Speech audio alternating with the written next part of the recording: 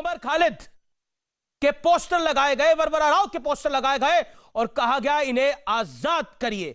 तो आज कोई और नहीं, देश के कृषि मंत्री खुद मेरे साथ मौजूद है बात करने के लिए, पहली बार इस विषय के ऊपर, और बेबाक बातचीत होगी। व्यूअर्स, आपको पता है मेरा अंदाज, मैं सवाल बहुत सीधे पूछता हूं और बिना लाग लपेट के तोमर साहब भी जवाब देते हैं, तो यह संवाद वाकई जोरदार होगा। और मुझे लगता है कि देश के किसानों का भ्रम जो कुछ भी है इस संवाद से दूर होगा। तो अब तक का सबसे बड़ा इंटरव्यू, इस किसान आंदोलन की फाइनल बातचीत के बाद, फाइनल प्रस्ताव के बाद, न्यूज 18 पर मेरे यानी अमीश देवगन के साथ इस समय नरेंद्र सिंह तोमर मौजूद हैं। कद्दावर नेता है, भारतीय जनता पार्टी के मध्य प्रदेश से आते हैं और कृषि मंत्री है, और इन्होंने कई राउंड की बातचीत करी, लेकिन नतीजा क्यों नहीं निकला तोमर साहब, मैं आपसे यह जानना चाहता हूं। इस समय देश के करोड़ों लोग आपको न्यूज 18 के चैनल्स के माध्यम से सुन रहे हैं। तोमर साहब, क्या हुआ? देवगन जी, हम सबको मालूम है कि किसान आंदोलन काफी दिन से चल रहा है। किसान आंदोलन में जो यूनियन उनका नेतृत्व कर रही हैं, उनसे सरकार वार्ता में है और लगभग 6 दौर की वार्ता भारत सरकार ने उनके साथ की है। लगातार वार्ता के दौर में सरकार की ये कोशिश रही कि अगर कृषि सुधार बिलों पर उनको कोई आपत्ति है तो हम क्लॉज बाई क्लॉज चर्चा करें, जिस प्रावधान पर आपत्ति हो उस प्रावधान को हम चिन्हित करें और उस प्रावधान पर सरकार विचार करके कुछ न कुछ निराकरण करेगी। कई दौर की बातचीत हुई, कई घंटे बीते, लेकिन यूनियंस की ओर से क्लॉज पर चर्चा नहीं आई। जब समय व्यतीत हो रहा था और रास्ता नहीं निकल रहा था, तो 3 दिसंबर को मैंने ही अपनी ओर से किसान यूनियन के बीच में कहा कि आप सब के बीच में इतने दिन की चर्चा में मुझे जो ध्यान में आया वो आपकी आपत्तियों को मैं चिन्हित करता हूं और आपके समक्ष रखता हूं। मुझे लगता है कि अगर उनमें कुछ घटाना बढ़ाना हो तो आप जरूर बताइएगा, लेकिन उन बिंदुओं पर हम सबको बातचीत करने के लिए आगे बढ़ना चाहिए। और उस समय उनका बात थी मंडियां कमजोर हो जाएंगी, एसडीएम न्याय नहीं दे पाएगा और ट्रेडर का रजिस्ट्रेशन इसमें नहीं है, इसलिए अमानत में खयानत हो सकती है। इस प्रकार के कई विषय थे और उनसे जब मैंने पूछा जी तो उन्होंने कहा एक फराली वाला आपने नहीं लिखा और दूसरा इलेक्ट्रिसिटी वाला नहीं लिखा। तो हमने वो दोनों विषय भी जोड़ लिए। हमने कहा ये विषय अपने निश्चित हो गए हैं, अब इन विषयों पर आप भी सोचिए कि आप क्या चाहते हो जिससे इन विषयों का निराकरण हो जाए, और सरकार भी सोचेगी कि हम इन विषयों को चिन्हित करके इन पर क्या कार्रवाई कर सकते हैं। और इसलिए 5 दिसंबर की तारीख तय की गई। 5 दिसंबर को जब किसान यूनियंस बैठी चर्चा के लिए तो फिर उन्होंने चर्चा ही नहीं की और उसके बाद बातचीत आगे नहीं बढ़ सकी। फिर एक दौर और चर्चा का हुआ और फिर उन्होंने कहा कि भाई आप अपना रिस्पांस भेज दीजिए। तो फिर सरकार ने अपना रिस्पांस किसान यूनियन के पास भेज दिया और परसों उन लोगों ने उसमें विचार विमर्श किया। सीधे तो कोई जवाब नहीं आया, लेकिन मीडिया के माध्यम से हमको जानकारी मिली कि उन्होंने उस प्रस्ताव पर विचार नहीं किया और वो कहते हैं कि एक्ट को रिपील किया जाना चाहिए।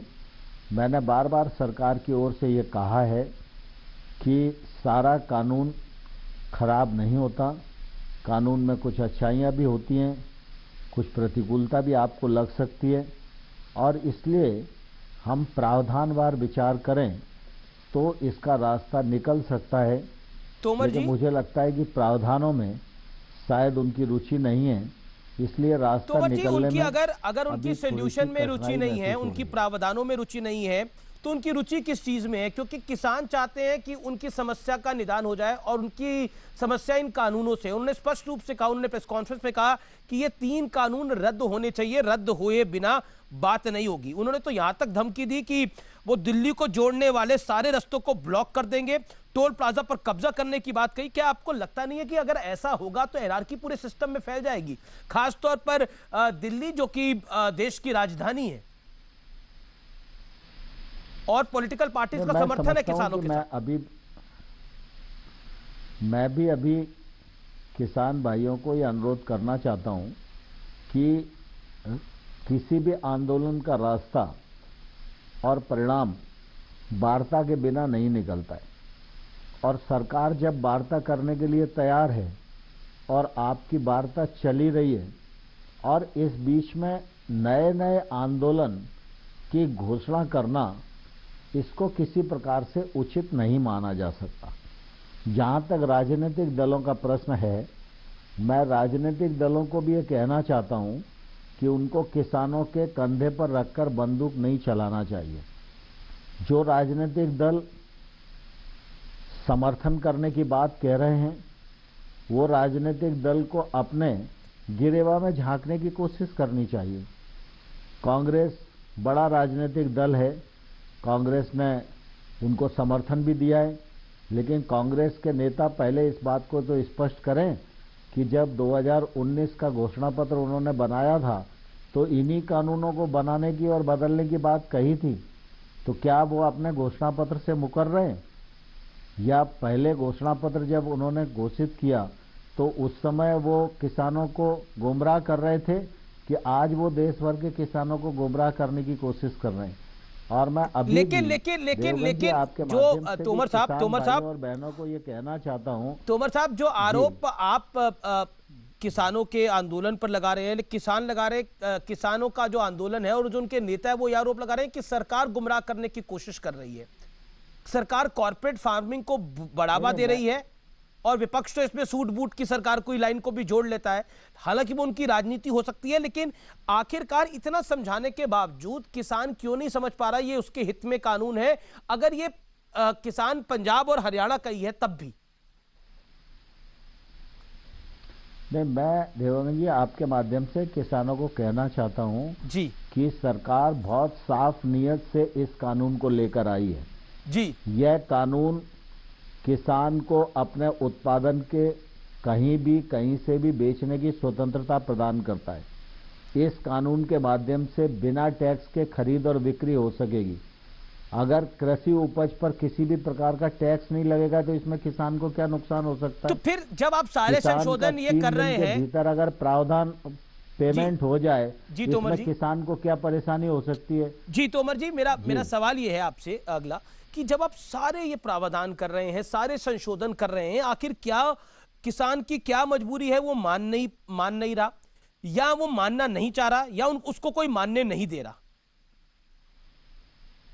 नहीं, मैं ऐसा मानता हूं कि कुल मिला के किसान यूनियंस के लोग आपस में विचार विमर्श कर रहे हैं और उनमें भी कई लोग इस पक्ष में हैं जो सोचते हैं कि चूंकि किसानों की जो वाजिब बात थी वो वाजिब बात को सरकार ने माना है और उस पर प्रस्ताव दिया है और इसलिए हमें मानना चाहिए। लेकिन लोकतंत्र है, मतांतर तो हो ही सकता है। 40 यूनियन एक साथ बैठी हैं तो एकदम वो मान जाएंगे ऐसा स्वाभाविक रूप से आसान नहीं होता है। इसी बीच लेकिन मुझे पूरा विश्वास है कि वो किसान यूनियंस इस बात को मानेगी और आंदोलन को समाप्त करेंगी, मुझे अभी भी पूरी आशा है। तोमर साहब, इसी बीच राहुल गांधी, शरद पवार और लेफ्ट के कई वरिष्ठ नेता जो हैं, सीताराम येचुरी साहब, राष्ट्रपति से इन्होंने कृषि बिल को लेकर, कृषि कानूनों को लेकर मुलाकात करी और वापस लेने की बात कही। क्या वाकई आपको पॉलिटिकली भी इस पूरे मुद्दे पर, यानी आपकी सरकार को, नरेंद्र मोदी की सरकार को घेर लिया गया है? और दूसरा, किसानों के से प्रेशर डलवाया जा रहा है, चाहे वो पंजाब के किसान हो, चाहे वो हरियाणा के कुछ जिलों के किसान हो, लेकिन वो एक दबाव बनाया जा रहा है जिससे कि आपकी सरकार की छवि बिल्कुल धूमिल हो जाए देश भर में किसानों के बीच। क्योंकि राहुल गांधी तो लगातार बहुत कुछ कह भी रहे हैं कि चोर दरवाजे से ये सब कुछ करा जा रहा है। देखिए, राहुल गांधी अगर आंख से देखना नहीं चाहते तो इसका इलाज तो किसी के पास है नहीं। लोकसभा में 4 घंटे तक चर्चा हुई, राज्यसभा में 4 घंटे चर्चा हुई, कांग्रेस के जो मेंबर हैं उनने भी अपने विचार व्यक्त किए। ये लोकसभा और राज्यसभा के रिकॉर्ड पर है और ये सारा देश इस बात को जानता है कि राहुल गांधी ने जब अपना मैनिफेस्टो घोषित किया तो उन्होंने इन सारी रिफॉर्म के बारे में बात कही। उन्होंने तो कहा कि एसेंशियल कम्युनिटी एक्ट को निरस्त कर देंगे, कॉन्ट्रैक्ट फार्मिंग को बढ़ावा देंगे, अंतर्राज्यीय व्यापार को बढ़ावा देंगे, एपीएमसी को, लेकिन अब वो कह रहे हैं कि कर देंगे, ये उन्होंने कहा। लेकिन आज वो ट्वीट करके कह रहे हैं, शरद पवार साहब इस देश के वरिष्ठ नेता हैं, कृषि मंत्री रहते हुए कृषि मंत्री, इस प्रकार के रिफॉर्म करने के लिए देश भर के मुख्यमंत्रियों को उन्होंने आग्रह किया। और जहां तक वामपंथी नेताओं का सवाल है तो मैं वामपंथी नेताओं से भी पूछना चाहता हूं कि इससे पहले वो त्रिपुरा में सरकार में थे, पश्चिम बंगाल में सरकार में थे, पश्चिम बंगाल में आज इतनी गरीबी क्यों है? इसका कोई जवाब कम्युनिस्ट पार्टी का नेता देना चाहता है क्या? या सिर्फ देश के गरीब लोगों को और किसानों को गुमराह करके अपनी राजनीतिक दुकान चलाने की कोशिश है? लेकिन देश अब इन सारी चीजों को समझ चुका है। ठीक है सर। नरेंद्र मोदी जी की जहां तक छवि का सवाल है, ये सारे के सारे नेता नरेंद्र मोदी जी की बढ़ती हुई छवि और देश की बढ़ती हुई साख को देखकर भयभीत हैं। मेरा आपसे, मैं राहुल गांधी पर इस प्रकार इस तरह से वो देश की जनता को गुमराह करने की कोशिश कर रहे हैं। इससे नरेंद्र मोदी की छवि पर कोई असर पड़ने वाला नहीं है। लेकिन मेरा आपसे सीधा सवाल है कि गरीब और किसान की तोमर जी, आपको मेरी आवाज मिल रही है? और ये उन्नति का रथ लगातार चल रहा है। तोमर जी, मेरा सवाल यह है कि मेरा सीधा सवाल यह है, आपको लगता है किसानों को कोई भड़का रहा है, कोई बरगला रहा है ताकि सीए की तर्ज पर सरकार को ब्लैकमेल करा जा सके? मैं समझता हूं कि मैं इस मामले में देवंगत जी अभी कुछ नहीं कहना चाहता हूं। कुल मिला के मैं ऐसा मान रहा हूं कि किसान यूनियन के नेतृत्व में किसानों का आंदोलन है। मैं कृषि मंत्री के नाते उनके साथ चर्चा में हूं। उनके साथ जो चर्चा हुई उसमें जब उन्होंने कृषि उपज मंडी के बारे में अपनी बात कही, मैं इसलिए तोमर जी बिल्कुल तो मैं भी बिल्कुल स्पष्ट कह दूं कि उनको पूरा मैंने ये सवाल आपसे इसलिए पूछा तोमर जी, कहे अनुसार तोमर जी, ये सवाल मैंने आपने इसलिए पूछा क्योंकि शाहीन बाग के प्रोटेस्ट में जो लोग शामिल थे वो किसान आंदोलन में भी दिखाई दे रहे हैं। हमने कुछ पोस्टर्स भी देखे जिसमें उमर खालिद का नाम है, जिसमें वरवरा राव का नाम है, जिसके अंदर शर्जील इमाम का नाम है, जो कि असम और भारत को काटना चाह रहा था। वो कह रहा था कि चिकन नेक को काट दो, जो उसका बड़ा बयान था। उसके अलावा भी बड़े सारे ऐसे लोगों के नाम हैं जो बड़े कंट्रोवर्शियल हैं, जिन्होंने भारत के खिलाफ बोला है। इसीलिए मैं आपसे सवाल पूछ रहा हूं कि इन किसान आंदोलन के अंदर ये शाहीन बाग के लोग कैसे कूद पड़े हैं? कैसे ऐसे पोस्टर आ रहे हैं? ये देश के लिए घातक है, देश की सुरक्षा व्यवस्था के लिए घातक है। कैप्टन अमरिंदर सिंह ने भी बोला कि देश की सुरक्षा को खतरा हो सकता है जब वो अमित शाह से बैठक करके निकले, जो कि कांग्रेस के वरिष्ठ नेता है और मुख्यमंत्री है पंजाब। देवंगत जी, ये बात आपकी सही है, क्योंकि मैंने भी आज सुबह अखबार में पढ़ा, ये दैनिक भास्कर अखबार है और इसमें किसान आंदोलन में दिखे दिल्ली के दंगों के आरोपियों के पोस्टर और रिहाई की मांग। और मैं आपके माध्यम से किसान यूनियन के नेताओं को कहना चाहता हूं कि इस प्रकार के तत्वों के हाथ में अगर ये आंदोलन पहुंच जाएगा तो किसान के हितों को इससे नुकसान होगा। उन्होंने अभी तक अनुशासन बना के रखा है, इसलिए किसान यूनियन को सावधानी बरतना चाहिए। जो लोग देश को तोड़ना चाहते हैं, इस प्रकार के तत्व अगर आंदोलन में दिखेंगे तो इससे निश्चित रूप से किसान बदनाम होगा हम सब इस बात को भलीभांति जानते हैं, किसान हमारे देश का अन्नदाता है। किसान ने खाद्यान्न की दृष्टि से देश को आत्मनिर्भर बनाया है। कोविड जैसे संकट के दौरान भी किसान ने अपना पसीना बहाकर खेती की ग्रोथ को आगे बढ़ाने का काम किया है। और इसलिए इस प्रकार के जो तत्व हैं इस प्लेटफॉर्म का गलत इस्तेमाल करने की कोशिश कर रहे हैं। इस पर किसान यूनियन को नजर भी रखनी चाहिए और बाकी सब लोगों को भी सावधानी बरतना चाहिए। तोमर साहब, एक सवाल जो मैं आपसे पूछना चाहता हूं, आखिरकार किसानों की यह मांग है कि एमएसपी को कानूनी तौर पर कृषि कानून में शामिल किया जाए। इसको शामिल करने में सरकार को परेशानी क्या है? दीपंकर जी, एमएसपी का इन कानूनों से कोई लेना देना नहीं है। और दरअसल क्या है कि एमएसपी प्रशासकीय निर्णय से चल रही है, अच्छे से चल रही है। और एमएसपी को नरेंद्र मोदी जी की सरकार ने लागत पर 50% मुनाफा जोड़कर घोषित करना प्रारंभ किया है। इसका फायदा पूरे देश के किसानों को मिल रहा है। उनके उत्पादन की कीमत बढ़ रही है, सरकारी खरीद भी बढ़ रही है। अगर यूपीए की सरकार से हम तुलना करें तो लगभग 2 गुने से ज्यादा 6 साल में नरेंद्र मोदी जी की सरकार के समय सरकारी खरीद की गई है। और लगातार एमएसपी और कैसे किसानों के लिए फायदेमंद हो सकती है, एमएसपी के माध्यम से किसानों को कैसे ज्यादा से ज्यादा फायदा हो सकता है, सरकार उस दिशा में लगातार विचार करती रहती है। और माननीय प्रधानमंत्री जी भी ये कह चुके हैं, मैंने भी लोकसभा और राज्यसभा के फ्लोर पर इस बात को कहा है कि एमएसपी जारी रहेगी। और अभी जब किसान नेताओं ने एमएसपी की बात की तो हमने उनको कहा कि हम आपको लिखित में आश्वस्त करेगी भारत सरकार कि एमएसपी आने वाले कल में जारी रहेगी। इस पर किसी को कोई शंका करने की आवश्यकता नहीं है। अब मैं आपसे एक सवाल पूछना चाहता हूं, अभी ये गतिरोध खत्म कैसे होगा? ऐसा लगा जब राकेश टिकैत अमित शाह जी से मुलाकात कर रहे थे तो गतिरोध हो सकता है खत्म हो जाए। उन्होंने ऐसी एक बाइट भी दी कि नतीजा अब एक कदम ही दूर है, लेकिन उसके बाद भी ऐसा लगा कि नतीजा निकल के नहीं आया। ये गतिरोध खत्म कैसे होगा? इसका सोल्यूशन क्या होगा? क्योंकि आप सरकार में हैं, ठीक है, एक स्टैंड ऑफ है, विपक्ष उसको हवा देने की कोशिश कर रहा है, लेकिन सरकार का काम है कि इसको नियंत्रण में करना, क्योंकि आम लोगों को भी बहुत दिक्कत हो रही है जो कि दिल्ली के आसपास रहते हैं, दिल्ली में रहते हैं। इसका समाधान कैसे निकलेगा? क्योंकि इस समय आप में बड़ी जिम्मेदारी है और देश टकटकी लगाए देश के कृषि मंत्री को देख रहा है कि हल कैसे निकलेगा। नरेंद्र सिंह तोमर, सोल्यूशन क्या है? मैं देवंगन जी आपके माध्यम से सारे किसान भाइयों और बहनों को यह कहना चाहता हूं कि नए कानून से एपीएमसी को कोई खतरा नहीं है।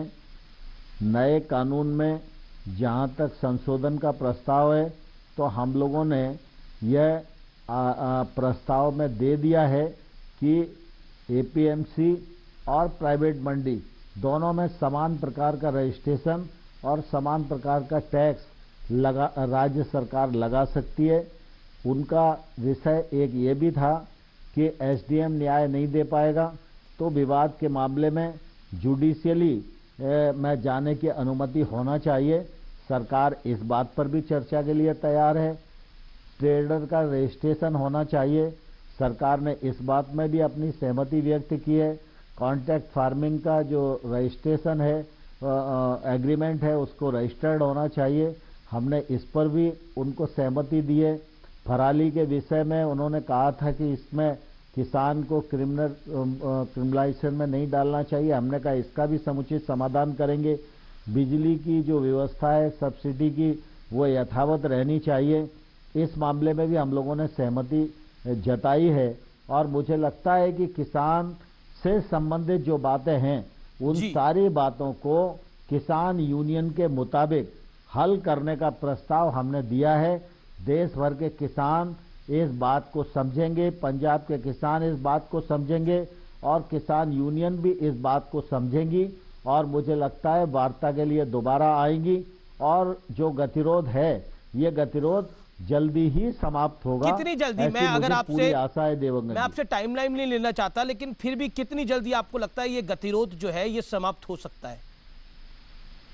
और दोबारा वार्ता की आपकी कोई बात हुई है क्या अभी किसी किसान यूनियन से?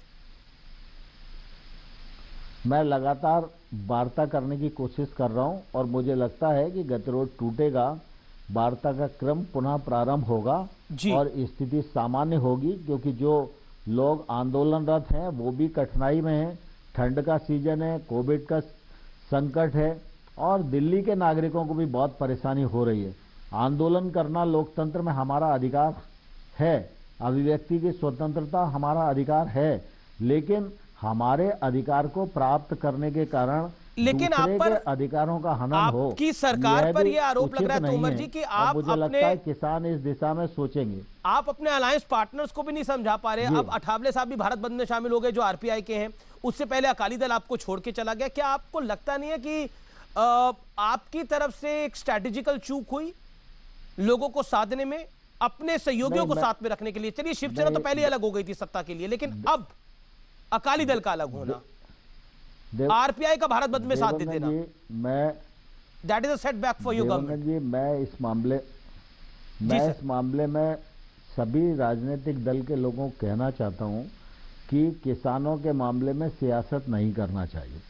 मैं किसी का नाम नहीं लेना चाहता हूं, लेकिन किसानों के मामले में अगर सियासत होगी तो किसान के साथ न्याय नहीं हो पाएगा। मोदी सरकार बिना सियासत के रिस्क लेकर वर्षों से किसानों को लगी बंदिशों से मुक्ति दिलाना चाहती है। यह किसानों के लिए, कृषि के लिए और खेती के धंधे में संलग्न लोगों के लिए बहुत बड़ा अवसर है।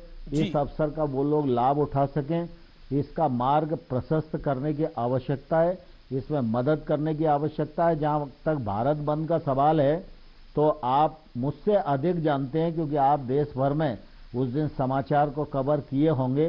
तो मैं समझता हूं कि जहां आंदोलन की जड़ है वहां भी पूरा भारत बंद नहीं हुआ और वहां भी दुकानें खुली रही हैं। बाकी देश भर में कितना क्या असर हुआ आप सब भली भांति जानते हैं, और भारत बंद से लोगों को मालूम भी पड़ गया कि इस आंदोलन में किसान कितना साथ है और राजनीतिक दल कितने साथ हैं। तोमर साहब, मेरा आखिरी सवाल, क्योंकि भारतीय जनता पार्टी के राष्ट्रीय अध्यक्ष जेपी नड्डा के काफिले पर कल पश्चिम बंगाल में हमला हुआ और उसके बाद ममता बनर्जी ने उनके सरनेम को लेकर भी बड़े सारे अपशब्द बोले।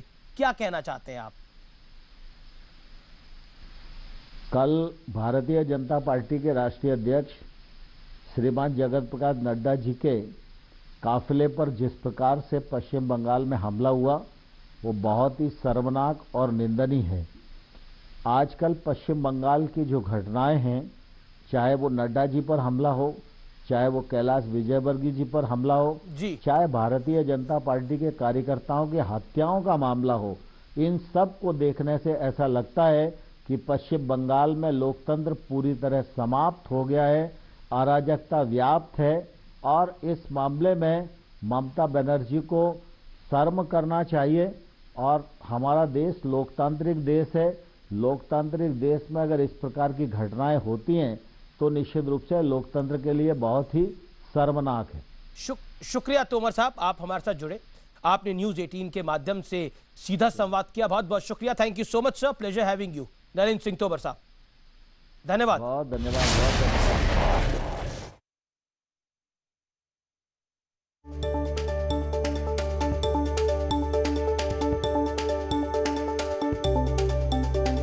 न्यूज़ 18 से एक्सक्लूसिव बातचीत में कृषि मंत्री को आपने सुना, वो बोलते हैं, उन्होंने कहा कि एमएसपी जारी रहेगी, मंडियां खत्म नहीं होंगी।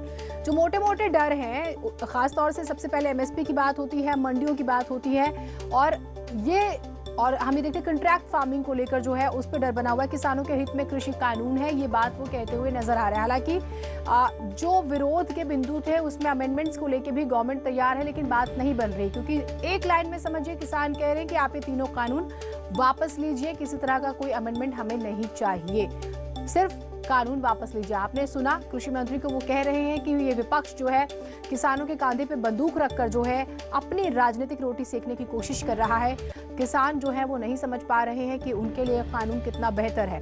हालांकि जहां जहां पर एक विरोधाभास की स्थिति बोले या फिर जहां पर किसान राजी नहीं हो रहे हैं तो अमेंडमेंट का भी जिक्र हुआ है। मंडियां खत्म नहीं होंगी, जिसका सबसे ज्यादा डर है। एमएसपी जो है